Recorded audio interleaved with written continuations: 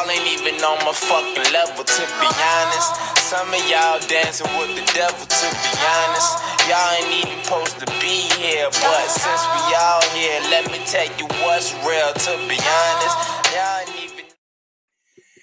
What's going on, everybody? It's your boy Stephen, aka Sneaky Tree Boy, and I'm chilling with my home dog, the Clary OG. Hey, what's going on, guys? I'm just a little excited because of our guest today. God. I was trying to send out a message right out to my homeboy in Michigan, but I was just excited about Hey, it. So sorry about that. Here you go. Don't give up too much. Don't give up too much.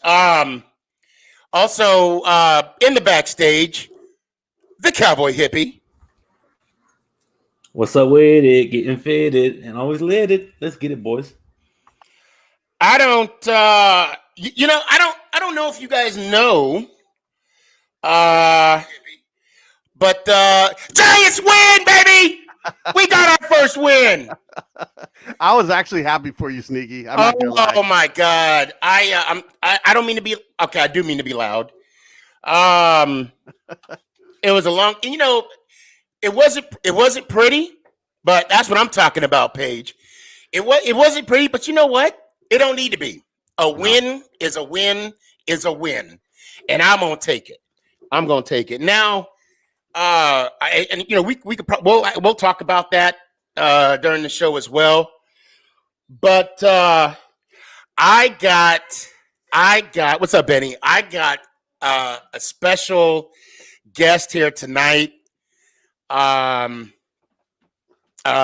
Michigan alum. I know Clary's excited for this one, and we're gonna get into it. This dude is a bad man. He's a real deal, baby. He is I'm gonna say it right now. If I ever get on his bad side, I'm gonna make sure I apologize. Matter of fact, I'm just gonna apologize ahead of time. Without further ado, let's bring in. Oh man, New York Giant great running back, number 33 himself, Jarrod Bunch, ladies and gentlemen. Ladies and gentlemen. Oh, look at that. Oh, I see ya. Hey. Thank you for joining, sir. Thank you for joining. Hey, it's glad to be. I'm glad to be here, man. Especially on a day that the G-men pull it out. A win is a win is a win. That's right. Even though it's yes, sir. That's what you call it, in conference game. Hey, you gotta start somewhere, man. Hey, and now I'm gonna celebrate this win today, and then tomorrow I'm gonna worry about Philly. But today, this moment, I'm just gonna. I mean, today's a great day for me. I mean, first of all, I woke up, kissed the wife and kids. Giants win, and I got Jarrod Bunch in front of me. Man, This is what I'm talking about. Yes. First off, thank you for being on our show. Obviously I'm a big Giants fan. I still remember when we drafted you in the first round in 91, right? It was 91. Yep. And oh man, and again that was the year after the Super Bowl. And I want to say that was when Hanley was the coach because Parcells stepped down, and he retired. Belichick left. When you got to the team, and they basically had a new regime, but I mean all the greats were still there. LT, Phil Simms, Hostetler. What was the atmosphere like? You coming in as a rookie. Everybody just got their, Super Bowl rings.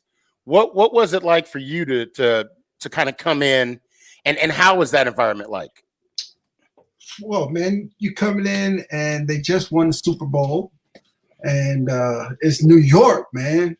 And I'm coming from, University of Michigan, but before that, this small town called Ashtabula, which nobody's ever even gone anywhere, So I'm going to the big city, the Big Apple now, and I'm man. It was like it was so like I don't want to say nervous, but I didn't know what to expect because so many people told me this is going to happen. This is going to happen. Watch out for this.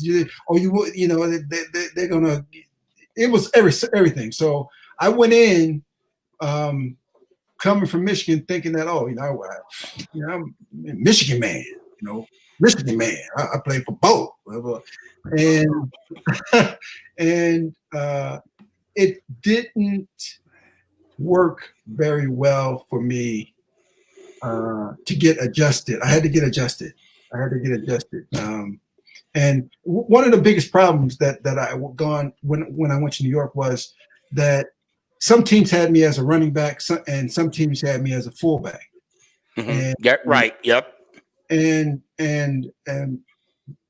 when the Giants took me, it was as a fullback. And if you know, the year before that, when Joe Morris, I think the Giants led the league in rushing, was close to it. And Joe Morris had 1,600 yards or a lot of yards. But Maurice Carthon had 100. He was basically a lineman in the backfield. Right. Really good blocker, and I just, man, I didn't want to be a blocker in the backfield. And it wasn't that I wasn't appreciative, but I was like all the other teams that I could have gone to and been able to, show some of my skills. But it worked out that, going to the Giants, and then that first year, I go to the first meeting and the preseason training, and Parcells is there, and where everything is going well. And then I get a phone call, man, afterwards. Get a phone call, and they say, well, what are your thoughts of what happened today? And I'm like, what are you talking about? And it's like, well, Parcells resigned, and now Ray Handley's taking over. And I'm like, I don't know anything about it. Now, one person that I talked to before I was drafted on the Giants was Ray Handley. He was the only person who I talked to. So when I was drafted by the Giants, it was a big surprise. When I talked to Ray Handley, I told him, he was a running back coach. And I said, you guys don't use the fullback. Why? I mean, he's like just an offensive lineman. It's like, he said, well, yeah, we use him. He's got to know a lot of different things. And I was like, man, so he didn't like me. Because because I was a player who was a running back that wanted to run the ball. I wasn't a player that was a fullback that he thought fit into just be a lineman. Right. I didn't know they were going to draft me, but that was early on. And then I think he kept that same when I was drafted. Then he was the running back coach, and then he turned into the head coach. First thing on his mind is he's thinking about, I know this guy doesn't, he has a little bit of a. So it wasn't a good situation from the start. And then we had Charlie Weiss, who was the running back coach. And that's right. I remember that. Yep. And Charlie Weiss knew nothing. This is like his first year of actually being a coach. I think he was an assistant the year before. This was his first year being a full-on coach. And they just threw him in because the running back coach is not a head coach. Okay, we need a running back coach. All right, Charlie, go coach the running backs. And Charlie, at that time, he wasn't really – it was O.J. Anderson was the running back coach. Right. Yeah. In the meeting, Charlie would ask OJ, well, OJ, how about this? What would you do on this? Or what do you think? And then OJ would tell him, and then he say something to me or something. I'm like,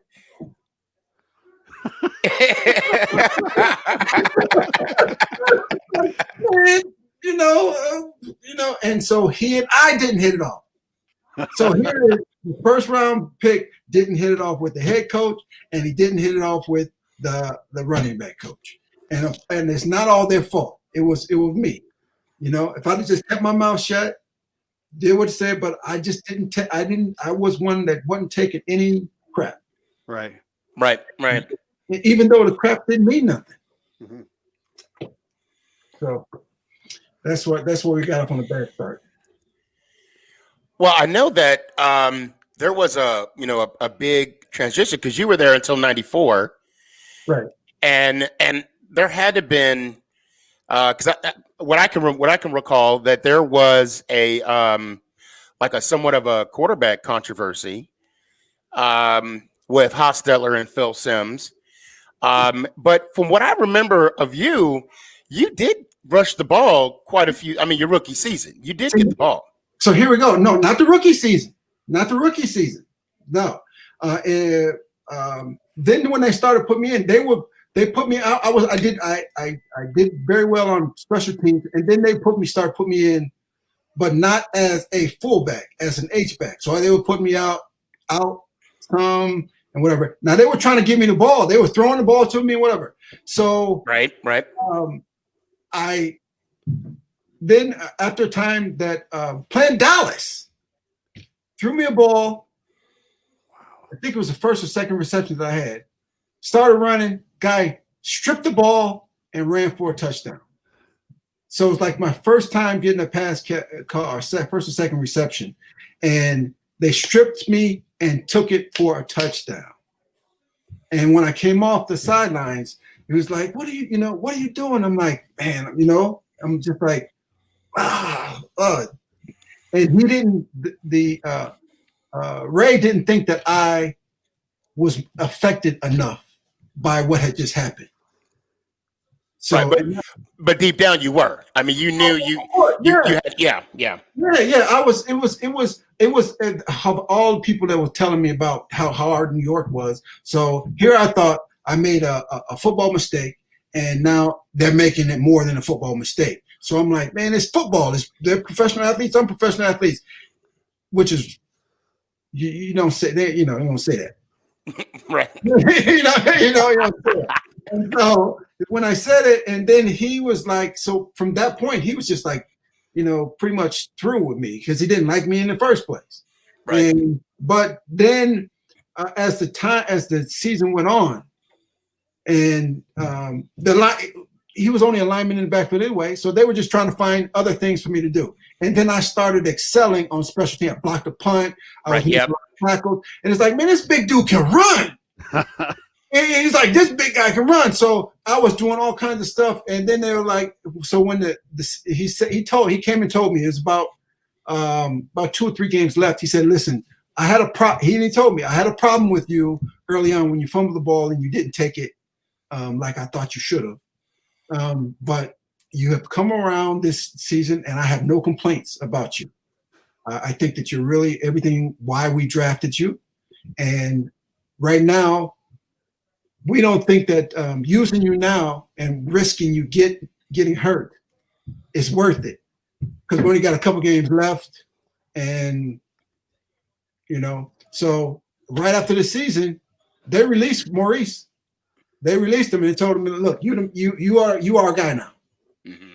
You are a guy now. And it so happened, then the next year, the second year, they started giving us the ball, and we Rodney and I led the whole league. Yep. And I was second in the league, not fullbacks, second in the league in yards per carry from the fullback position. And Rodney went to the Pro Bowl. At that time, they didn't have a Pro Bowl position for fullbacks. Mm-hmm. They just took 2 running backs. But I think I would have been chosen if they had said fullbacks in there. I think I would have been chosen to go to Pro Bowl then. But from then, and then that next year is when I got hurt in training camp. Right. Yeah. Now it's funny you say that about the fullbacks because now that position is extinct. Yeah. And I think in my opinion, I think the fullback position is a valuable and a high commodity position. Correct me if I'm wrong. I think it's because now the NFL is more of a pass first type league, and more of a single back pistol, formation type league. Do you agree? I think that it's all circular. It'll come around, we're in the season right now where fullback is not needed as much. Now it's everybody going from pistol and going from a shotgun and handing off and running. It'll come back at some point. Right at the end of end of my career for my injury, they were starting to go with the H-back stuff. A lot of one back, right? Yep. And two backs, but one of the other backs was just not lined up in the backfield, lined up as wing or whatever, and they were shifting and moving all around. The whole thing was trying to mix up or mess the defense up. How are you going to match up against the who we have in the game? Right. If you had a guy like me who could play tight end, could play fullback, could play H-back, or could play tailback, it was good for the offense. Because if they put in an extra linebacker or something, you could just put me out wide or put the big guy out wide. Now they got some big guys now, bigger than me, that's faster than me. I mean, they're running 4.3s. So they can play any position. So now it's just, does the team want to play smash mouth, or do they want to line up and, dink and dunk and let the person get the ball and make some yards on his own? I think that the fullback will be coming back at some point. It'll just be they'll use everything. They'll use the pistol. They'll use the two backs. They'll use all of it. Benny Lopez is one of our viewers right now.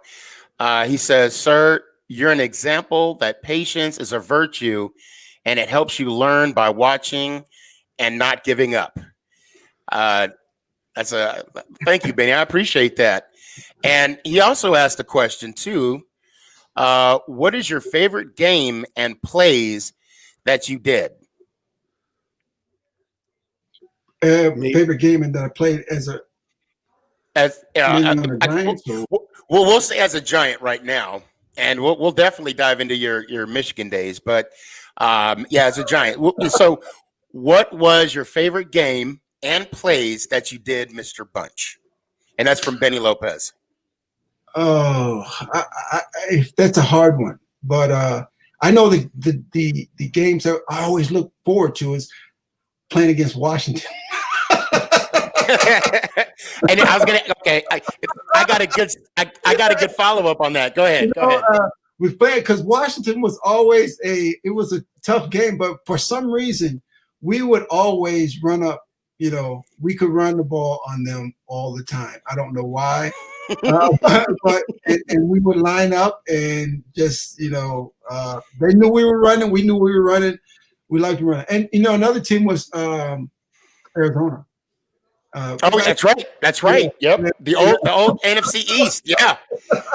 Yeah. So we liked to. Now, the teams that I didn't like to go up against was Philadelphia, man. Because when I was playing, they had Reggie White, they had Clyde Simmons, they had Jerome Brown, they had but front seven. That was a team that some teams just don't match up well. And when I was on the Giants did not match up well against Philadelphia Eagles. Their defense was oof. It was so that's a good segue. So and I know this is like the I hate saying the word old. I'll say the seasoned NFC East. When you had the Cowboys, Giants, Redskins, Philly, and then Arizona Cardinals. Who would you consider your rival? Like when you saw them on the schedule, you were ready and you wanted that game that you were looking forward to. Well, the obvious the rival one was Dallas Cowboys. But okay, thank you. But it's not a rival when the team that you play against whoop your behind every time. It's not a rival. To them, it's a statistic game. To you, it's like, okay, this is all right. We tried, but man, then they were so good. There's only been one or two times that I was playing in the game, and we thought we should not be on the same field with these guys. Right. They beat us that bad. They were beating us that bad. They were playing with us. Anything we tried, it didn't matter. They were smacking us around. it was ridiculous. At one time we played them on Thanksgiving, and they, I think they beat us by 30, 35 points or something. I don't remember that game. Was it Thanksgiving? Yeah, it was Thanksgiving. Of course you would know. Of course you would know. I'm speaking out loud, but I do. I want to say in '94. I mean, you were right, because it was during that that season or those years where they would win the Super Bowl. What is it? At the 3 out of the 4 years. Yeah. But I want to say in '94. We actually competed with the Dallas Cowboys, and it came to the last game of the season. See, 94, I was with the Raiders. Oh, that's right. I'm sorry. That's right. Yeah. But 92, 93. Yeah, that number. Cowboys had that number those 2 years. Oh, my gosh. Oh. Ooh. One time we were playing them, and at halftime the score was at halftime it was 20, 27, 28 to nothing or something like that. At halftime. And that is why I hate them. That is why I it is what it is. Now I was at the game last week at AT&T Stadium, and of course I had my son with me, and it was a great experience just to kind of watching the game and just kind of being involved in that type of rivalry. I agree with you. For me, it's the Cowboys. I can't stand the Cowboys. Clary knows that. Cowboy Hippie knows that, and I think all of Texas knows that, especially when they follow my social media. And I do want to take a step back, and I'm going to let Clary take over because I know he wants to talk to you about some Michigan stuff. Go ahead, because I could talk to him all night. Go ahead, Clary. I just want. There's a couple things that if I don't recall this correctly, go ahead and let me know. But I know Bo Schembechler left in '89, right, or '90. And were you there when Gary Moeller came in the first year? I was there from '86 to '90, so I was there with Bo for 4 years and 1 year with Moeller. But Moeller was there the whole time. Yes. Yeah, he was there, but the transition from a legend that you came in with was that a weird transition? Him leaving and Gary Moeller taking over? No, it wasn't, because Moeller had been there for so long, and he had left the period of time that Moeller left. He went to be a head coach at Illinois, right? And then when he left there, he came back and was coaching New York, the Michigan. And so my freshman year, Moeller was the defensive coordinator. Freshman year, my second year, third year, and then he switched from defensive coordinator to offensive coordinator. And then Lloyd Carr went from defensive backs coach to defensive coordinator. And so for 2 years, 1 year before Bo retired, Moeller was the offensive coordinator. And that's when the offense started changing. I mean, before it was 3 downs, a cloud of dust. And I loved it, sir. And I loved it. Pound the rock, baby. That was it. That was it. You knew Michigan was running the ball. Yes. And then when Moeller took over, he started passing and started switching it up and giving some more, right? And that's when Bo decided to retire. Right. And he retired. But the year before Bo retired, Moeller was running the offense. Oh, okay. He called the plays, but he called them with, he was up in the booth and Bo was on the sideline, and it was always, what do you want? What do you want to call? So that was it. But we Michigan was just a running team, man. Right. I loved it. I loved everything about your teams, especially your years. Those years where you guys, I think you averaged like 5 yards a carry your senior year or something. Yeah, I averaged 5 yards a carry. I mean, that's just crazy, man. That's you can't lose many games when you guys are averaging 5 yards a carry, man. Look, now in Michigan, I never once lined up as the tailback. I was always a fullback. Unless they went to one back. If they went to one back, my fifth year, I did play the one back. But all those 5 yards of carry, it was because when I got the ball, it was 5 yards. Because I never had my longest run was maybe 39 yards, and that was like, but I was always getting 5 or 10. Right. You know, so they used to say, Bunch, you need 3 yards, he gonna get you 5 yards. Yeah. Heck yeah, baby. You need 10 yards, he gonna get you 5 yards. Man. Now we talked on rivalries in the NFL. Let me ask you this, sir. The Michigan-Ohio State rivalry, is that bigger than anything in the NFL? I swear to God, I was going to ask that same question. I swear I was going to ask that same one. Look, I think back then, I think 10 years ago, more than 10 years ago, I think it was. Right.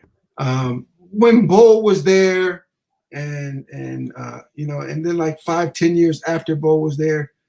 But it's a legitimate rivalry. I mean, it's the biggest one. It's over 100 years. Right. But at some point, it becomes less of a rivalry when one team is winning every year. Right. Yeah. It's like. Remind me, man.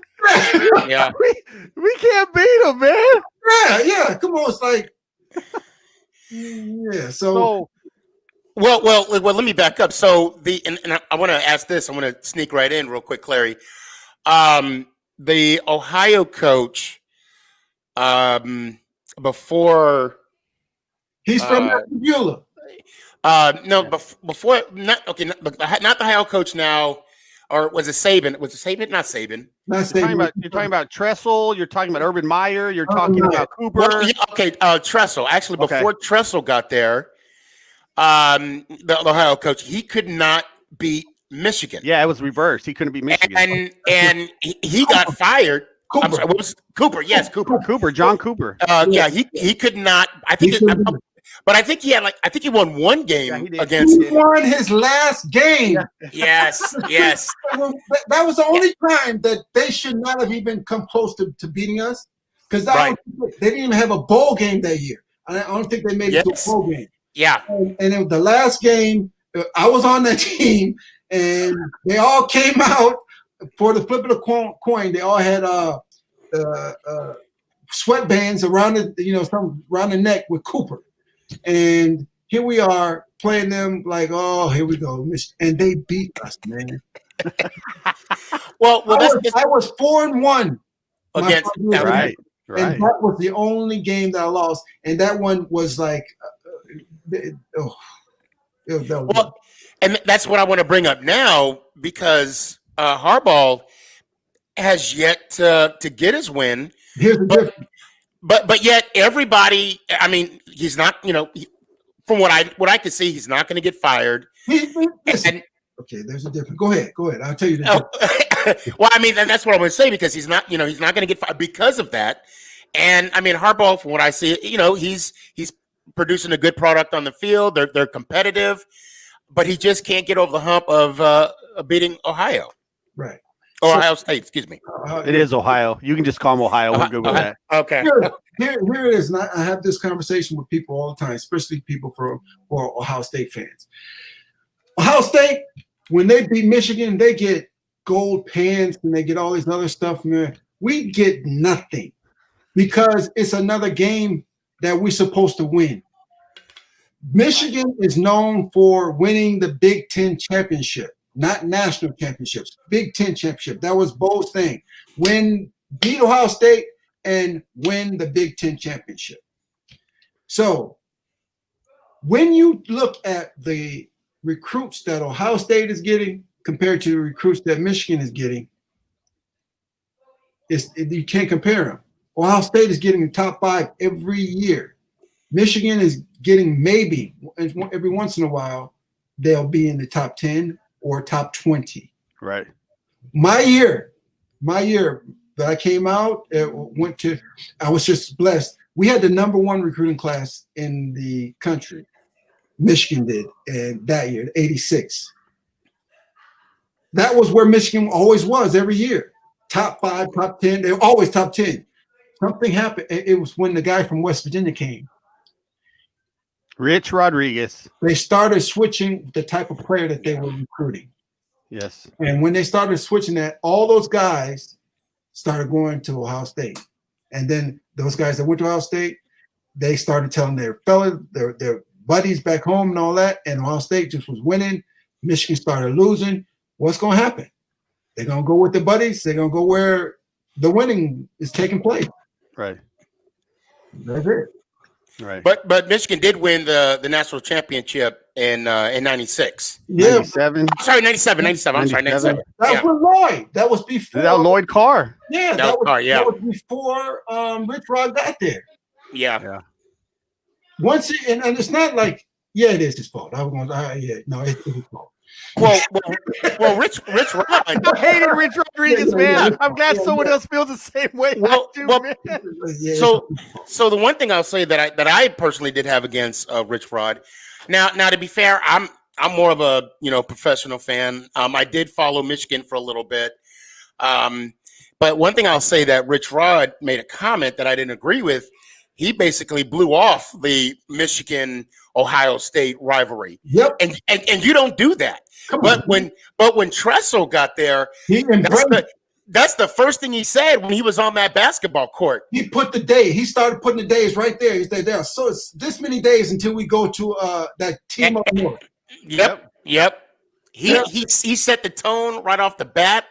And of course, when a coach does that, it changes the mindset of the team. And again, speaking as a Giants fan, anytime it's Cowboy week. I mean, it's when that Monday hits, I think differently. And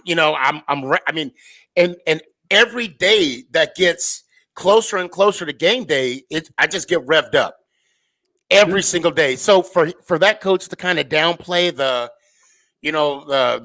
Ohio State and Michigan game, I think it set the tone. Of how the team's going to play in the future. That's not the only thing he said. That's not the only thing he said either. Which was he just put himself on a path that if he wasn't successful, it was over. He said that he didn't like the type of players that he was getting and that was there. What? Oh, I didn't know that. Oh, yeah, wow. Yeah, he said. Wow. He was so surprised at the level of players that he was seeing when he got there. But shouldn't that be a reflection of yourself as a coach? Because if these are the type of recruiters you're getting, or recruitment that you're getting, I mean that's a reflection of the coaching staff. In my view. What he meant was they were big and slow. That's what he said. Okay. They were big and slow, and he wanted athletic. He wanted athletic linemen. He wanted guys that could move and quick. He didn't understand why they were so slow. And I was saying, wait a minute. We had how many Big Ten championships? And then at that time they won a national championship like a couple years ago. Wait a minute. Yeah. This Big Ten football is not like what does West Virginia play? They play however they were running that offense and how they were running. They ran that spread formation over there in West Virginia. Right. So it wasn't hold on. Here. We got kids too. Yeah. We get it. Yeah, and you know what the funny thing is? I had to talk with my kids. I'm like, look, I got somebody coming out tonight. I wish you would come talk to me during this interview. I wish you would. Yeah, I had a little talk like that as well. Man, before the show went on, man. Hey, I got one more quick question about Michigan. One more, Sneaky. Oh, no, go. Take it. So I've been Ann Arbor. I've seen, I think, 10 or 11 games there in Michigan Stadium. The tunnel, when you're coming out of that tunnel in front of 110,000 fans, at that age, 18, 19, 20 years old, is that, I mean, the adrenaline and the impact of that alone before you even get to a game, that's got to suck some energy out as well, even just being in that tunnel. Or do you have to learn how to control that adrenaline? Oh, you got to learn. And Okay. You have to learn. And you're right. The first time coming out, the very first time that I came out, it was overwhelming.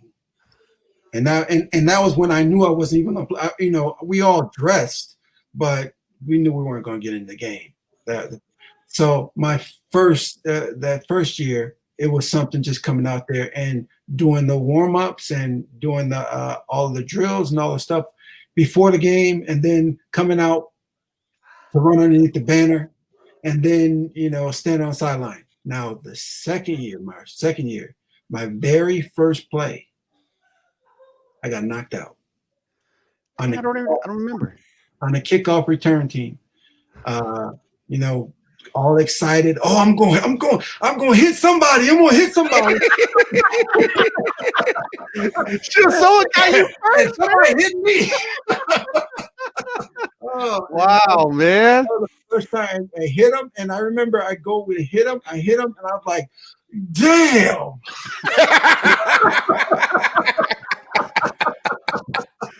Shoot, man. And when I came to, it was against Notre Dame. You said when you came to? What the first thing I thought about, how many people will be looking at me?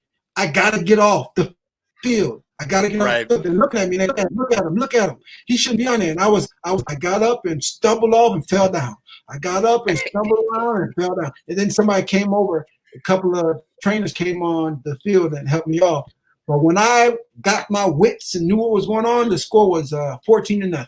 That was the very first play. And then when I knew what was going on, it was 14-0.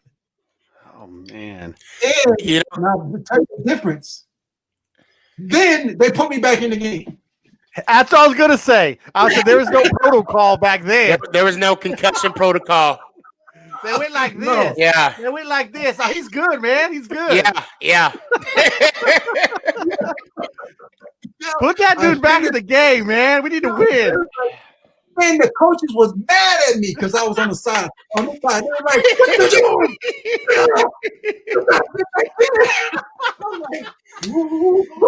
Oh, man. He said, then one of the trainers, they were like, is your mom, anybody show up?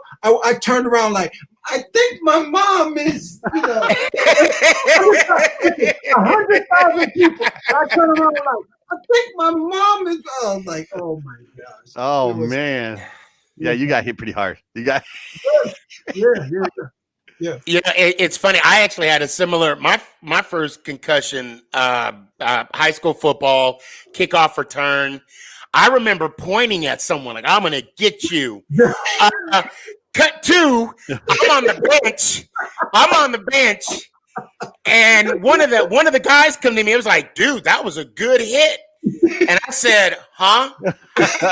Yeah. It was, yeah. And back, yeah, right. There was no concussion protocol. And the only thing I could say was I remember my mom and dad's name as mom and dad. That was it. And that was it.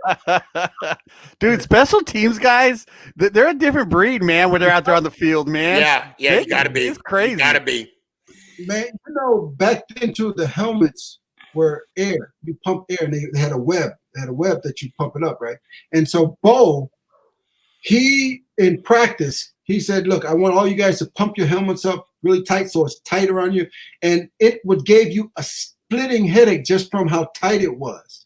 So throughout the whole two-a-day, back then, two-a-days and all that, you had full pads, both practices and everything else. It was so tight that you would have a headache all the time. So before the game, I'm like, I'm going to take all my air out. Take all the air out. I took all the air out. So when it put on, it was just like, right? And that's why I got hit. That's how I come in, like, because the helmet was just like, After that, my helmet was tight all the time. I had it pumped up all the time, just like that. Now, so when in '91, you played in the Gator Bowl against Ole Miss. I've always it kind of helped me understand like the preparation because well, back then you didn't have the conference championship game. You guys earned it throughout the season.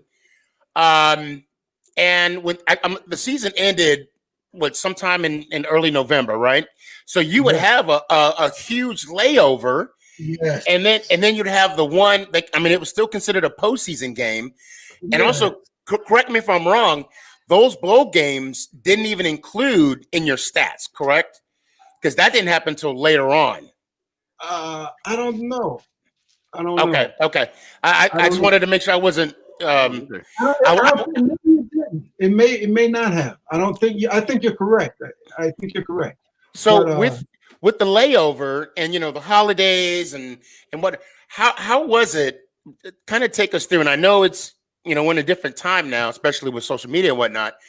What was like the preparation like being on that team, getting ready for just one game? The bowl game. That's a great question because for Michigan it was different. Now you got the old school Bo Schembechler, and the way he loved to do things, right? But that Gator Bowl he was not there, so it was Moeller. But before that, Bo and that time was like time that we were just constantly hitting in practice. Mm-hmm. It was like training camp all over again, and Bo used to have a full scrimmage before we would go to the bowl game. So that month was like a month of him we just would train, and then for like 3 weeks before the game, he started regular practice, and then that week before we leave, have a full scrimmage. And that was it. Now we got time. We were just my fifth year when we were playing Ole Miss. We didn't have to hit as much, and we didn't have a scrimmage, but we were just practicing so much. And the way they like to practice, they wanted you to practice the way you're going to play. And if you got a month of practicing, man, it was rough. You were just hungry to play that bowl game. We told Ole Miss. I told them, I said, man, you guys just on the bad end of. He said, "Shit, I'm glad playing the game is easier than practice with Bo, man." Man, because we was, and if you ever see an interview of me after that bowl, I said they was just on the bad end. We was just tired of each other. We were hitting.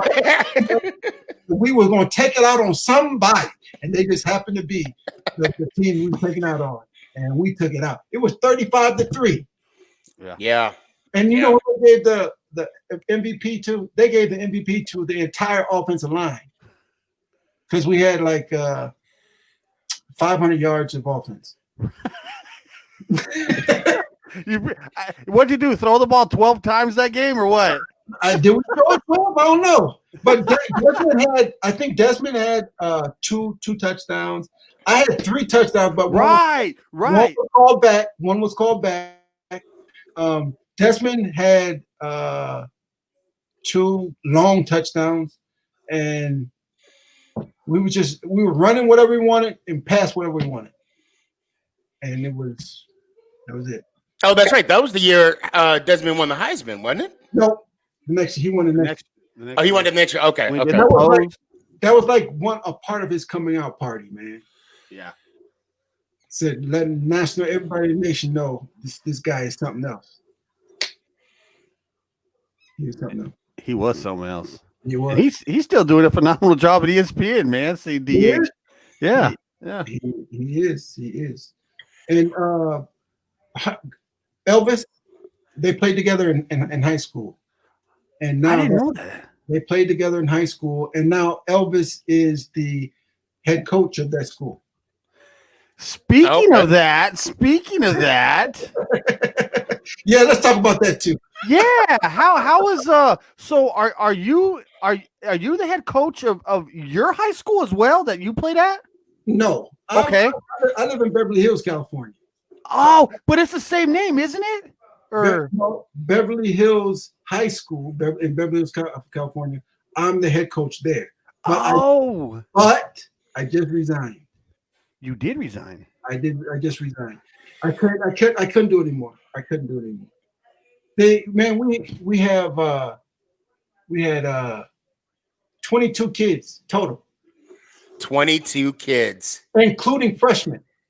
Oh my God! That was my first year. We had 22, including freshmen, and they hadn't won a game in 2 years before I got there. I got there, we won 2 games. We won 2 games. Yeah. Then last year we had 25 kids, 25, and we won 3 games. There you go. Right, but we had like 11, 12 seniors. So I've been trying to get these kids to come out. So I started right after the season was over, and I had every Saturday, I opened it up to the whole entire city. If you had a kid who was in high school or junior high or elementary and he wanted to come and play football, I opened up Beverly Hills High School football field. You can come out there and learn from, I had about 10 other former NFL players out there to help coach every Saturday. Wow. Wow. You want to know how many of my players at Beverly Hills High School or at any of the Beverly Hills elementary schools or junior high schools showed up for 3 months. So that's 12 Saturdays in a row. 2. Wow. 2. Now is this like a predominant community? I mean, how are these kids not wanting to play football for you? I would be in line, man. Okay, so here's what I feel like went on. They had a good program. They had and the program consisted of also kids from outside of Beverly Hills where they could have permits to come. When they ended those permits, those kids couldn't come, but still the football program was still going.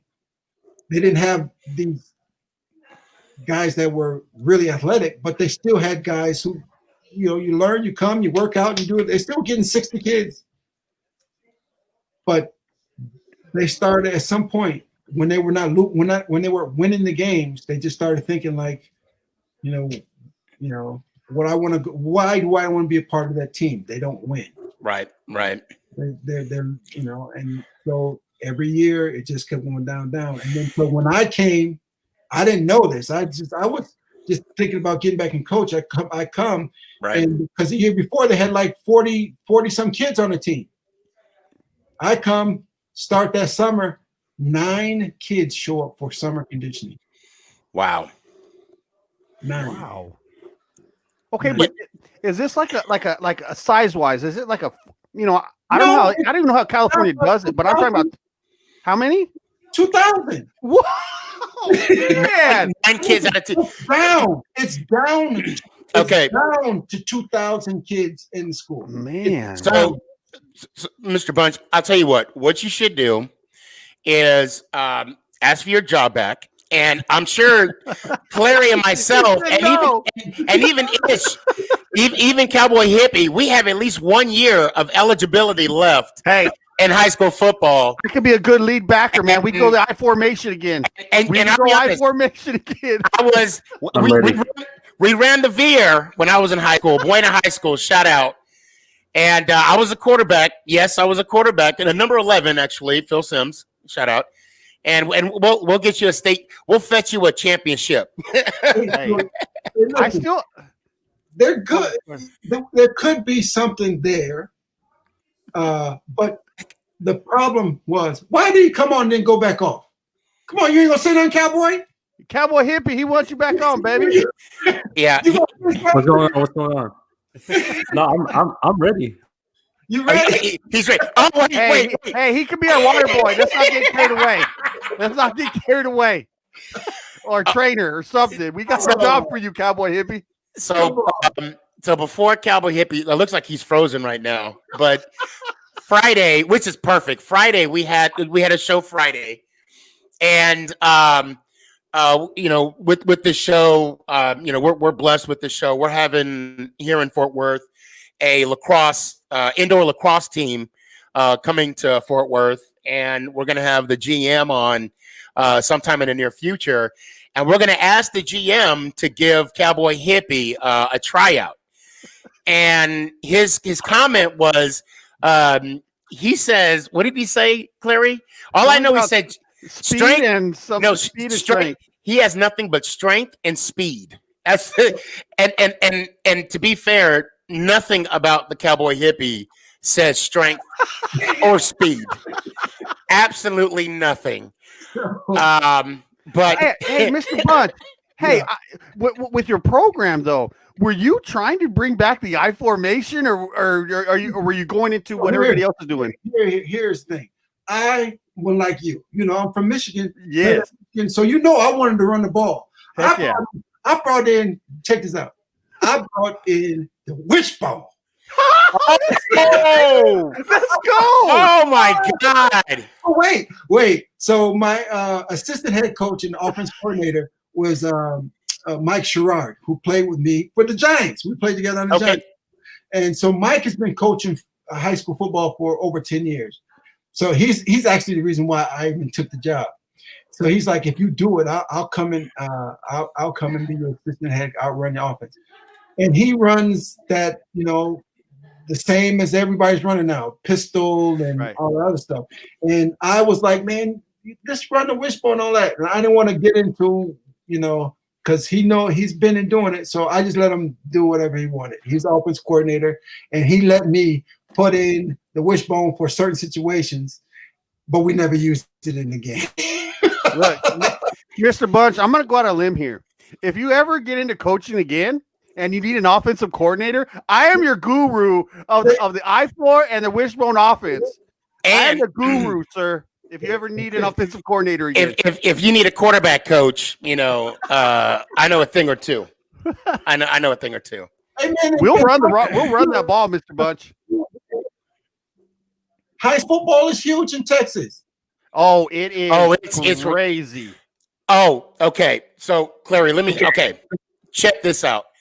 I'm small town, Arizona, Sierra Vista. And I would go to my old high school, Buena football games every Friday. Loved it. Great experience. Moved up to Seattle. Same thing. Football experience. Great. Denver. Great. I came here. They got football stadiums. And it was for middle schoolers. It was. I walked into the stadium. $1 billion stadiums now. I walked into a stadium and I see kids. I see kids playing flag football. I'm like, they got stadiums for elementary kids out here. And then you see coaches with headphone sets and doctors for flag football elementary. I'm like, it's huge out here. My local high school team, Mr. Bunch, is a very bad local program here, but they even have an indoor practice facility, and they're 5'18", but still they're never at the. And Tommy Maddox actually played there. Shout out to Tommy Maddox. He was there at LD Bill High School, but they have an indoor training facility, and they win one game a year. So what's the name of that school? LD Bell in Hurst, Texas. That's high school? Yes, sir. Private or public? It's public. I know. See, you would be surprised if I ever showed you Beverly Hills High School. You would be like, what is this? Yeah, that's high school. I mean, what's going on here? Yeah, but the field looks really nice. Small stands, one side, but the locker room, they're redoing. They've been talking about. Was it a public school or a private school in Beverly Hills? This is public. Okay, public school. No, private schools, man. They're doing. They're doing very well. and so that's what I tell people. It's Beverly Hills High School, yes, but the very wealthy, they're not sending their kids to a public school. Right. So That's right. They're not sending them to public school, even though it's it's Beverly Hills. Now, the public school is with a lot of kids who are from very well-off families. Okay. Some of them, yes. some of them, but not all. I mean, look, if I was living in Beverly Hills and Mr. Bunch was leading the program, you'll be there, right? my kid would be taken out of private school and I know, sent right? straight to Right? you immediately. Right? That's all I'm saying. I don't know. I want my son, to be taught by a Michigan legend, a former NFL legend, New York Giant legend. That's where I want my player. And you had also you had NFL players with you.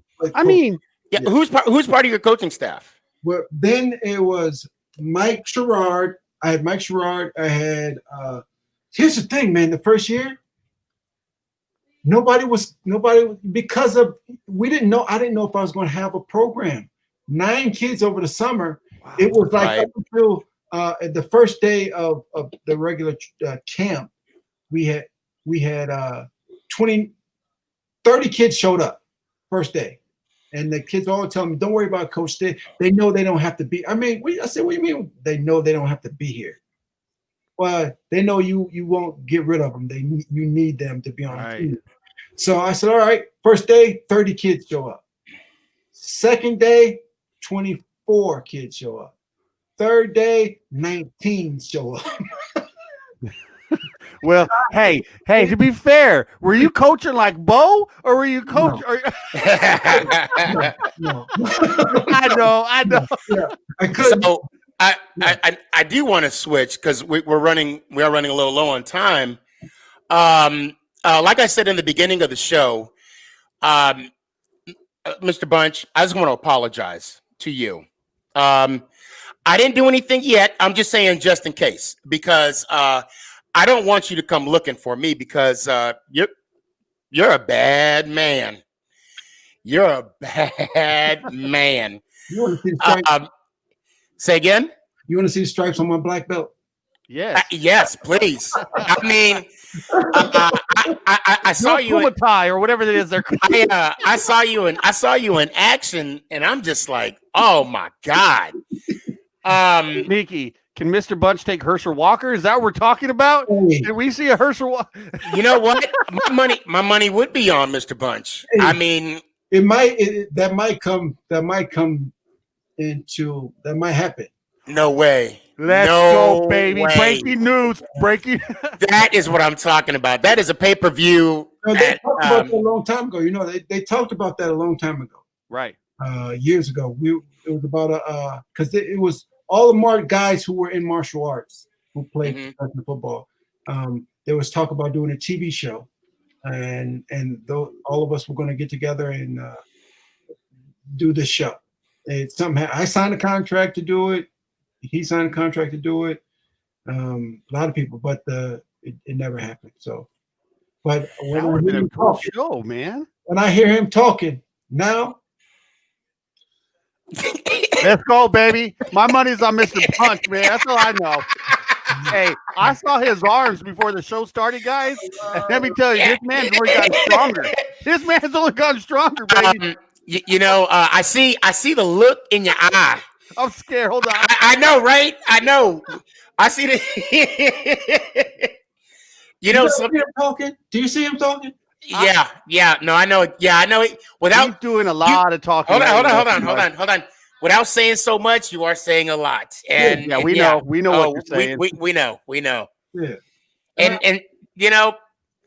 Can you do him like? Can you sweep the leg though? Can you do the sweep the leg technique like in Karate Kid, man, and just kind of bruise them up a little bit, little by little? Can you do one of those for us? I'm not saying nothing. I'm saying nothing. No. I'm scared, man, and I'm scared. I know. You know what? If you need a manager on your corner, I know. Well, actually, Clary's a former boxer. I was in the fight game for about 10 years, Mr. Bunch. I worked corners for about 10 years, from 2000 to about 2010. I was better at watching and working with the fighter than taking the hits. I learned that early on. But I worked corners for about 10 years. Yeah. So if you need a man, and I can talk a little smack too for you too, I can get in their head for you. What I'll do is I'll grow my hair out and I'll just be Don King. I'll grow my hair and my nails out and I'll be Don King. Speaking of which, I played George Foreman in Only in America the Don King story. That's right. That's right. A Oh young my George God, Foreman. that's A young George right. Foreman. Yes. Yes. I Yes. played George Foreman. So I've met Don King. I met George Foreman. I met all of them. Mike, Evander, all of them. So That's right. We didn't even get into his acting, man. We didn't even He talk had about like his 4,000 films and stuff. Yeah. I noticed that. I was like, I didn't Wait. know he did all this. Well, I mean, see, you didn't know this, Mr. Bunch, but this is like part 1 of 7. So you have 6 gotta more come shows. back 6 more shows, sir. he just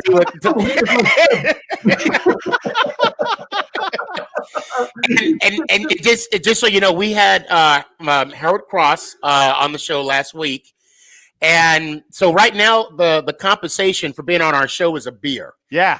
So whenever we if we see you in person, We got some good beer in Texas. that Mr. Bunch. too. That is true too. What part of Texas are you guys in? Dallas Fort Worth. Dallas Fort Worth, yes sir. Okay. Yes sir. So if you ever come into town, please give us a hit. We know all the barbecue spots. Mexican joints. Dude, we got Mexican in my house, Mr. Bunch. You get some home that's cooking true, from too. my house. And my wife, she can make a hell of a gumbo. So, and again, like I told Mr. Cross, I will ask my wife to make gumbo. I don't tell my wife to do anything. I got you. Anything. Smart man. So we're gonna go ahead and let you go. I mean, obviously, we could be on for. Man, I mean, this hour just flew by. I'm gonna tell you something, Mr. Bunch. This is my favorite. I don't want to throw anything shade to Mr. Cross or anybody, but this is my favorite interview I've done since we've done the show, baby. Next time I see him, I'm saying, Howard, they said you were the best one in I'm just joking. That was Cowboy Hippie. Just throw him under the bus. And so before Howard, before we had Cross on, we had Brandon London on before, and that was, and then we told Howard Cross that. I'm sorry. Yeah. Go ahead, Brandon. Oh, okay. Yeah. So we told Mr. Cross that he was a better interviewer than Brandon was, and so. But obviously, this is all in love, and no. But for me, Michigan and everything, this was just an honor. This was an honor speaking with you. Hey, so Michigan plays this week, right?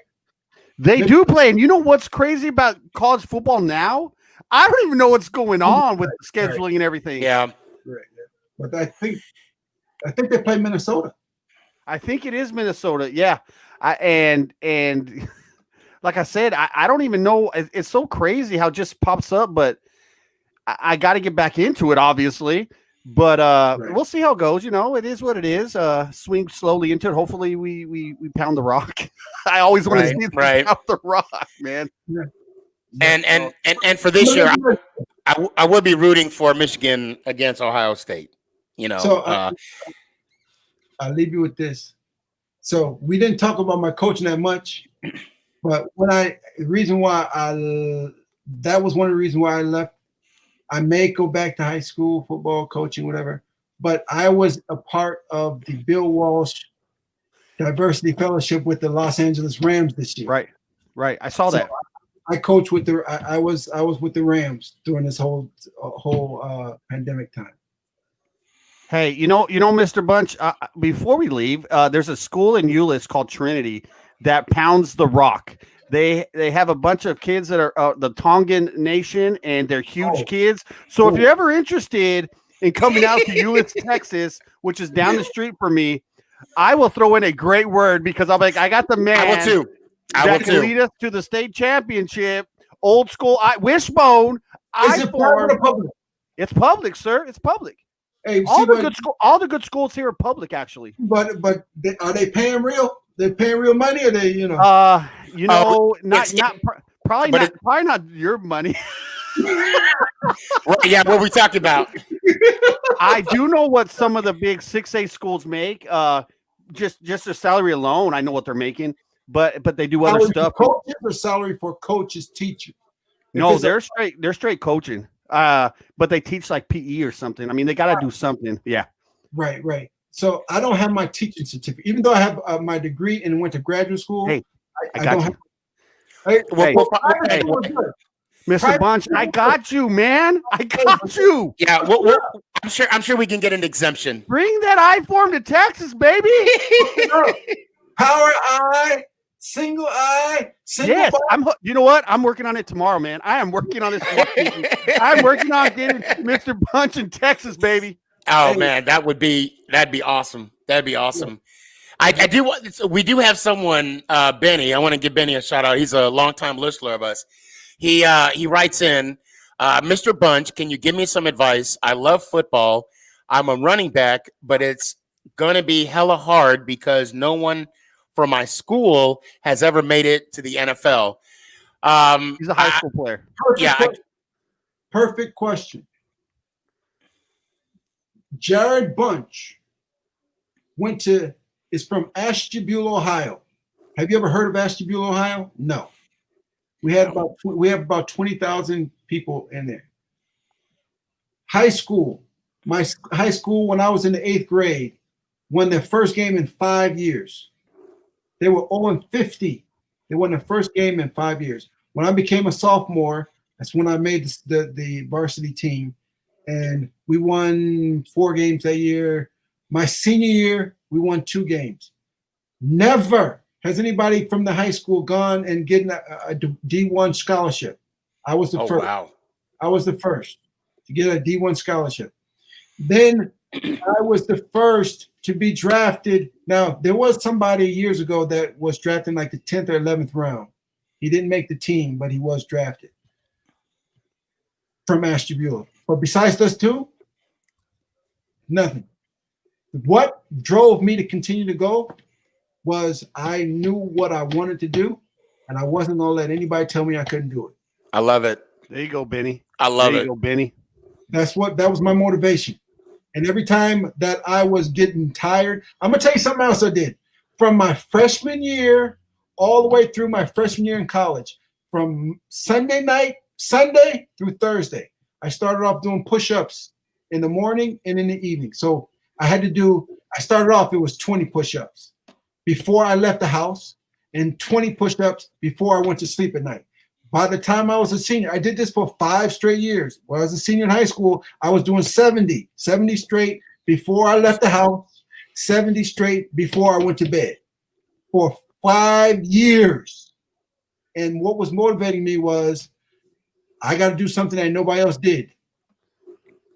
And every time I didn't want to feel like doing the push-ups, or if I would got in bed and forgot, I would get up, do the push-ups.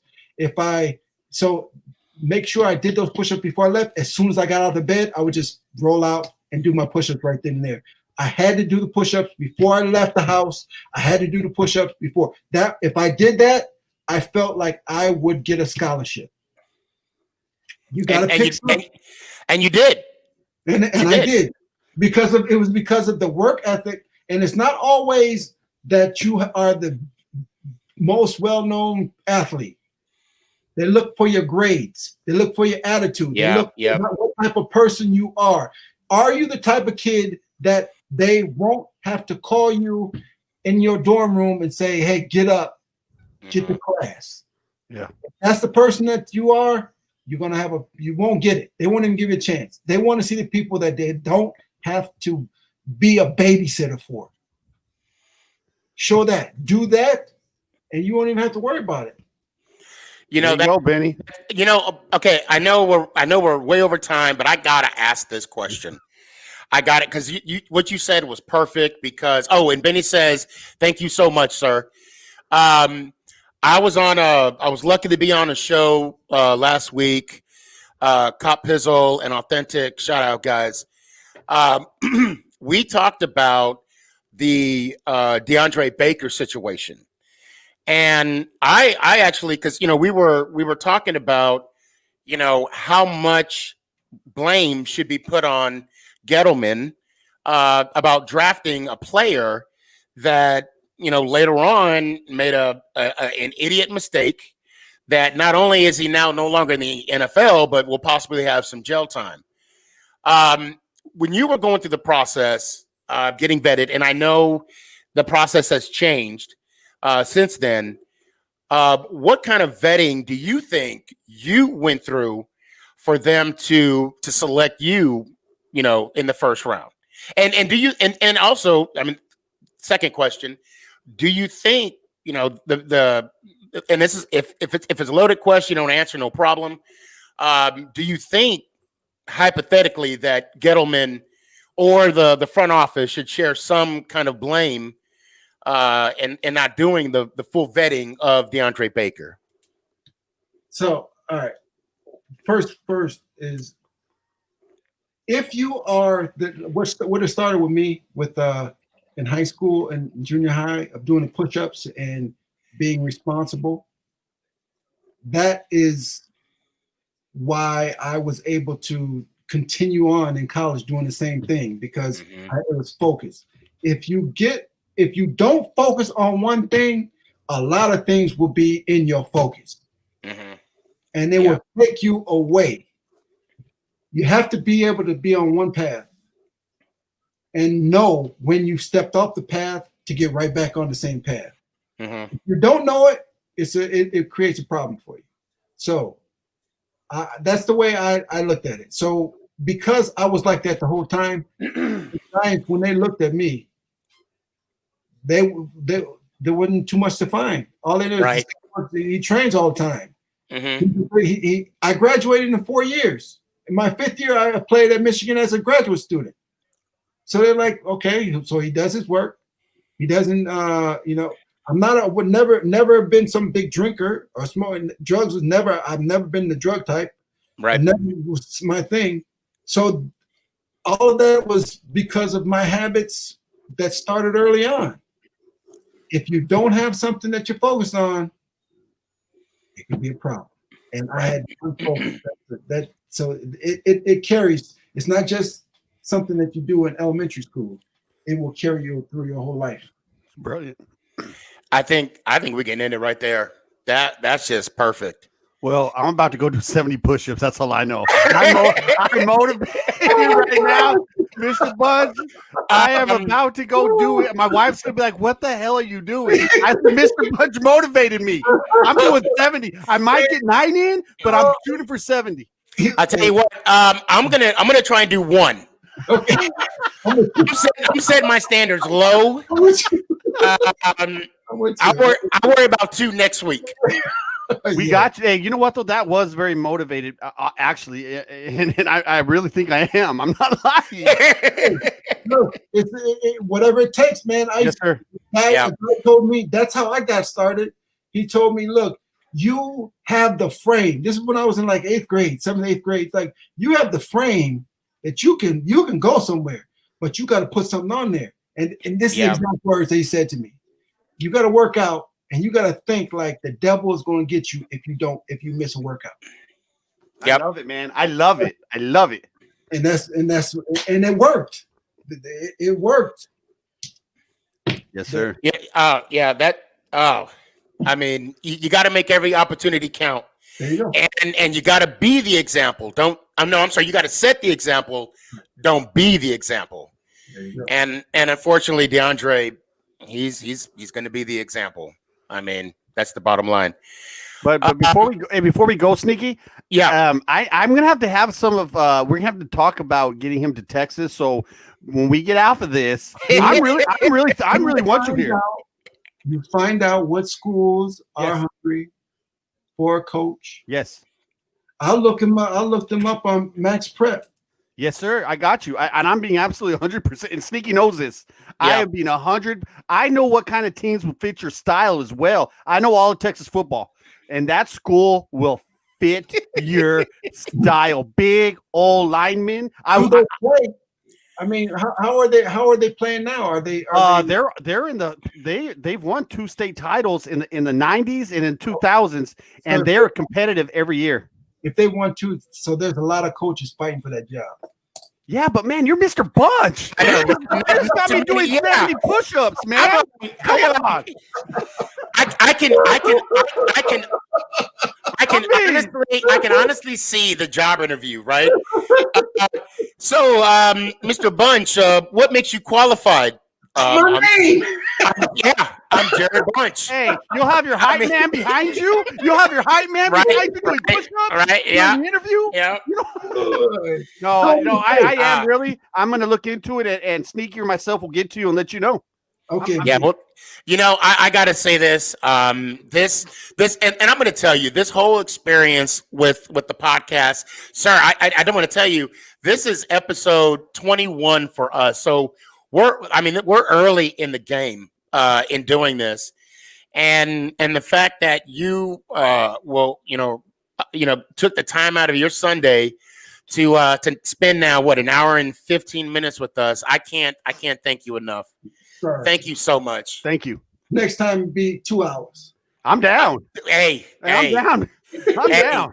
careful. Remember, I told you this is one of 6. Remember. Yeah. Hey, you know what, Mr. Bunch? I only got daughters, but we're gonna work on the dang I formation tomorrow now too, man. Okay? I want you to know that. Hey, I got tomorrow morning, man. I got 3. I got 2 Go girls. do some push-ups. Yeah, I got two girls and a son. My boy's gonna be the fullback, and I got the 2 in the wishbone. We're gonna practice that in the backyard. No, we're gonna do it in the middle of the street. Yes, right that's now. great, man. Right now, at what time? At 9 o'clock. Let's go, baby. There's lights on. Hey, let's There's do lights it. on. Let's go. No, Mr. Bunch, this was an honor. This was a pleasure. This was fun. This was fun. It went by so fast. So, thank you so much. We'll stay in touch. yes, sir. And we'll get you that job interview here in Yes, Texas. If I don't get a high school coach in Texas, maybe I'll go to the Rams or the Chargers. Okay. We'll be looking for you. Or some team in the NFL. Hey, wait a minute, Houston.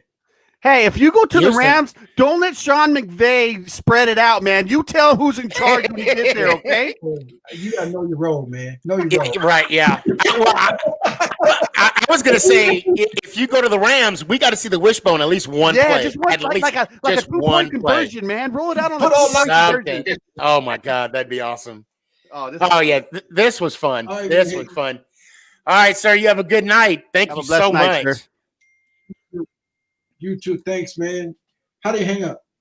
Oh, I got you right here. I Yeah, got we you. got you. We got you. Oh man, that just happened. That was just my favorite. happened. That was my favorite interview ever. You could tell. You could see me. Oh even. my God. Yeah, this was and we didn't even talk about half the stuff I wanted to talk about. I mean, I'm going to start tomorrow. I got some insight, dude, at Euless Trinity, bro. do it. Do it. Oh my God, bro. To have Mr. Bunch here, man, running the I formation. At Euless Trinity. That would be something. That would be Are something. we still on? Are we still on? Yeah, we're still on. We're still on. Okay. Hey guys, we lost Cowboy Hippie. His internet went down. If anybody's still in here, I don't know if we're even. Yeah, I don't know. We did text him, and so he's trying to work on it. But Dang, that was great, man. dude, That was fun. Man. When I found out that he was coming on, it was exciting, and we got another one. Actually, I need to send out a message sometime this week. Right. We're gonna have another guest, and dude, this is all a blessing, and I'm thankful for this opportunity. If you guys we are still have. in here, I met Sneaky making fun of me on TikTok, by the way. If you all want to know the truth, that's how I met him. That's how we met each other, was through a joke on TikTok. So Yep, August, right? Was it August or? I don't know, but it was higher than hell, as I remember. But it was hot. But no, man, this has been fun. This journey so far has been fun. It's just beginning, and we got a lot of stuff lined up, guys. Stick with us, stay with us. Oh, We're man. doing some good things, man. And that was by far being a Michigan guy and a fan, and God, man, that was awesome. That was awesome. What is it? Jamie's made? Am I saying it wrong?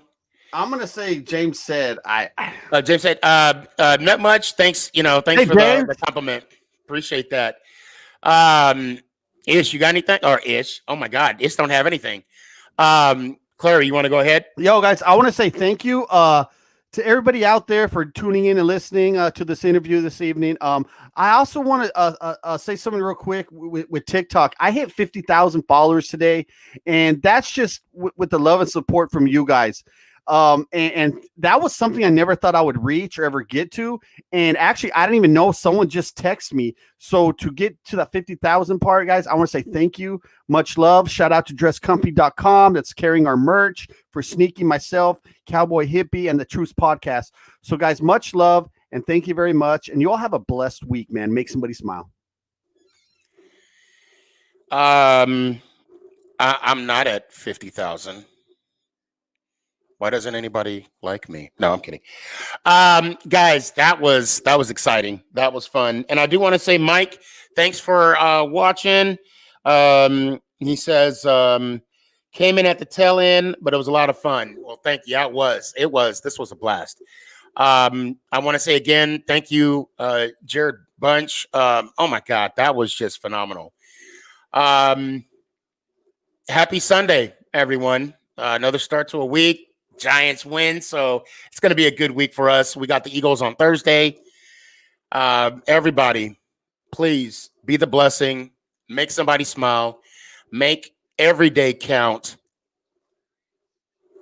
And last but definitely not least, let's go Giants. Oh! Uh-oh. What just happened? I'm kidding. I did that on purpose. Let's go Giants. Oh!